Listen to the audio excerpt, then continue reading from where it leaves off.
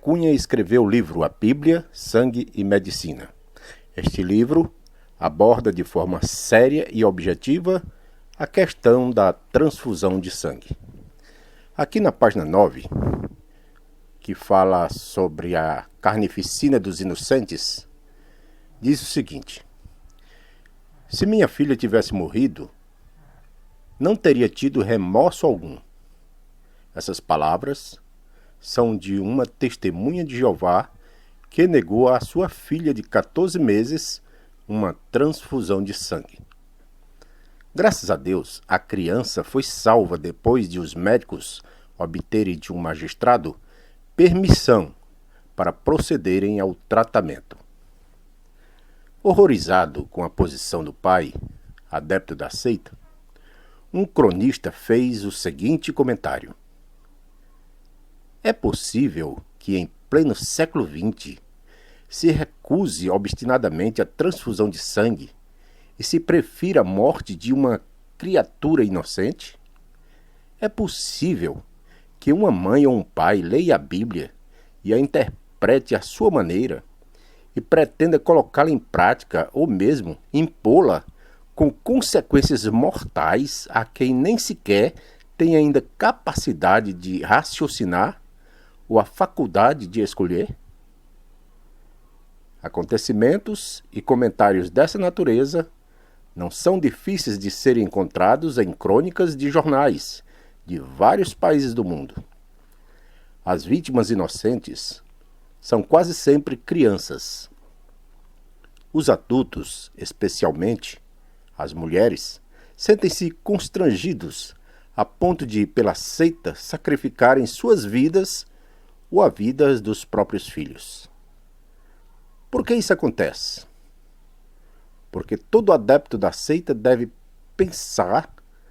passar pelo que chamamos de lavagem cerebral, que tem por objetivo pôr as pessoas contra os princípios e valores da vida moral e cristã. Essa é a razão pela qual a seita Testemunho de Jeová vem se identificando ao longo da história como a seita da delinquência fatal. Então aqui é o que mostra Cunha a respeito de uma mãe que recusou uma transfusão de sangue para uma criança, para seu filho, que tinha apenas 14 meses. Mas essa criança foi salva porque o magistrado deu permissão para os médicos fazerem a transfusão de sangue. Mas ela diz que se a criança tivesse morrido, ela não teria nenhum remorso. Então veja até que ponto chega a lavagem cerebral feita por essa seita na mente das testemunhas de Jeová. Vejamos o que Cunha diz aqui na página 24. Toda pessoa inteligente entende que o preceito divino refere-se ao sangue como símbolo da vida, e não ao sangue na sua materialidade. O preceito divino é absolutamente de cunho moral e não dietético. Para violar o preceito de Deus, é preciso que haja derramamento culpável de todo o sangue, ou ao menos de uma tal quantidade que venha, de fato, causar a morte daquela pessoa. O homicídio e o suicídio, por exemplo, são atos proibidos pelo preceito divino. Deus não permite que o homem tire a vida de si mesmo, ainda que o fizesse em ódio ao pecado. A vida é propriedade exclusiva do Criador. Como já dissemos, o preceito divino proíbe o uso do sangue enquanto símbolo da vida, ou seja, símbolo da personalidade do oferente.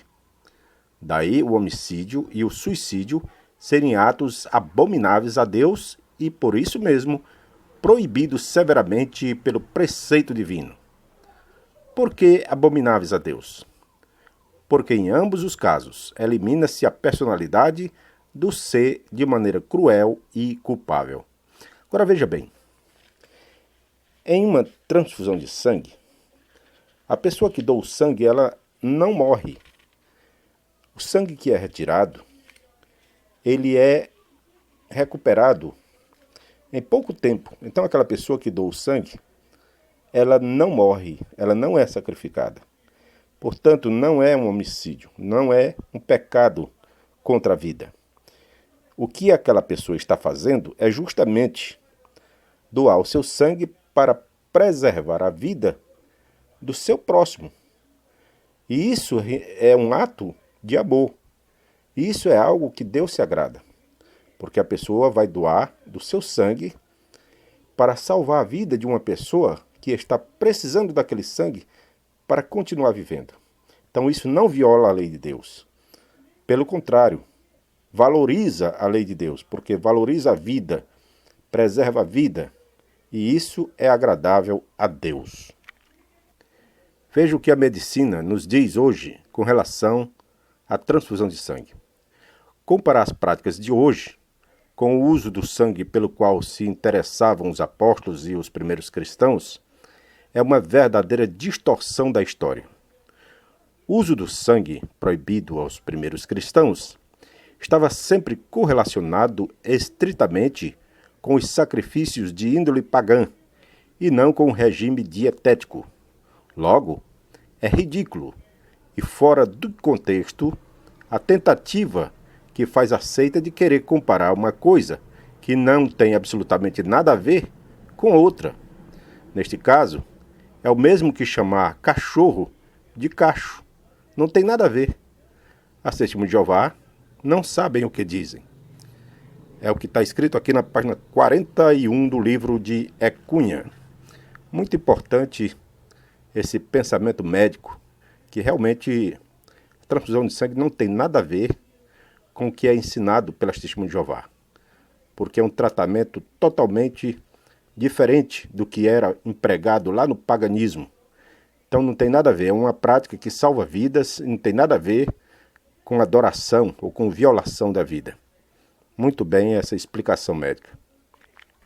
Concluindo na página 62, Ecunha diz o seguinte: outra coisa que deve ser dita é quanto à questão do sangue. As Testemunhas de Jeová julgam-se guiadas pela palavra de Deus, por dizerem que, além de não mentirem, de não adulterarem, etc., não aceitam a transfusão de sangue. A Bíblia verdadeira, não sectária, que condena explicitamente a mentira, o adultério, o furto e todo e qualquer abuso nocivo ao homem e à sociedade, não condena de forma alguma o uso terapêutico do sangue.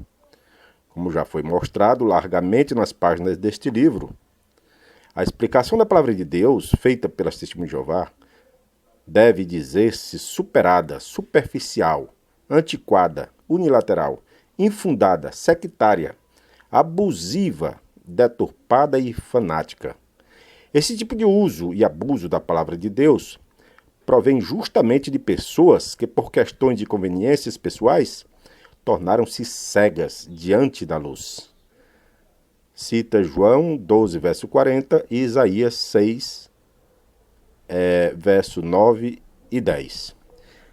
É isso mesmo. Na realidade, as Testemunhas de Jeová, elas se tornaram cegas na questão da transfusão de sangue, porque fizeram uma interpretação totalmente equivocada com a palavra de Deus. Porque a Bíblia, ela não condena preservar a vida, ela condena tirar a vida. E a transfusão de sangue é uma maneira de preservar a vida, é uma maneira de salvar a vida. E quem doa sangue, como já foi dito bem claro, não morre, não se sacrifica, porque aquele sangue que ela doa, em poucos dias é recuperado. Mas ela está, então, fazendo um ato de amor, ela está praticando um ato de amor que agrada a Deus e que vai salvar o seu próximo. Isso sim, é uma demonstração de amor, conforme Jesus disse, que não existe um amor maior do que aquele que alguém dar a sua vida pelo seu próximo. E a Bíblia diz que nós devemos amar aos nossos irmãos e devemos estar disposto a, se possível, dar a própria vida pelos nossos irmãos. É o que diz a palavra de Deus. Que Deus abençoe a todos e até a próxima.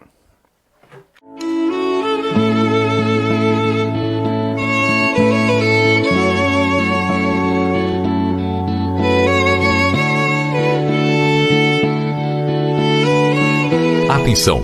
Nota de utilidade pública. A Abra Vipre informa. Como você se sentiria se, a partir de amanhã, seus amigos não mais lhe cumprimentassem, caso te encontrassem na rua, no trabalho ou em qualquer outro lugar? O mais grave seria quando sua mãe, seu pai, seus filhos ou irmãos cortassem a relação com você sem que tivesse feito nada que os prejudicassem. Humilhante, não?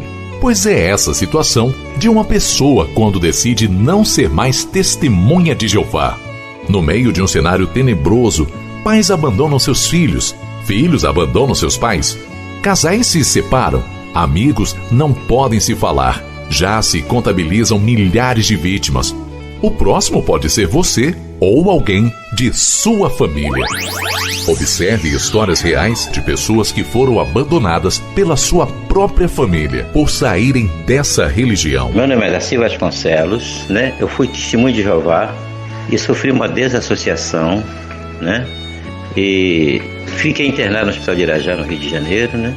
Com muita depressão, fiquei na sala vermelha, vendo as pessoas se entubar e morrer na minha frente, eu fiquei esperando a minha vez. Só que ninguém foi me visitar, né? Fiquei ali abandonado, nem a família e nenhum membro da Testemunha de Jeová. Então eu peço a vocês que vocês pesquisem sobre essa religião antes de entrar, né? Para saber realmente se ela prega o amor, o que acontece realmente com essa religião. Não vá entrando, façam pesquisa, por favor. Muito obrigado. Se você está a um passo de entrar para essa religião, pesquise, informe-se, olhe atentamente. Veja se é isso mesmo que você quer. Pode ser um caminho de ida sem volta. Um caminho sem volta. Sem que você perceba, pode estar se enfiando numa areia movediça. Cuidado, não seja a próxima vítima.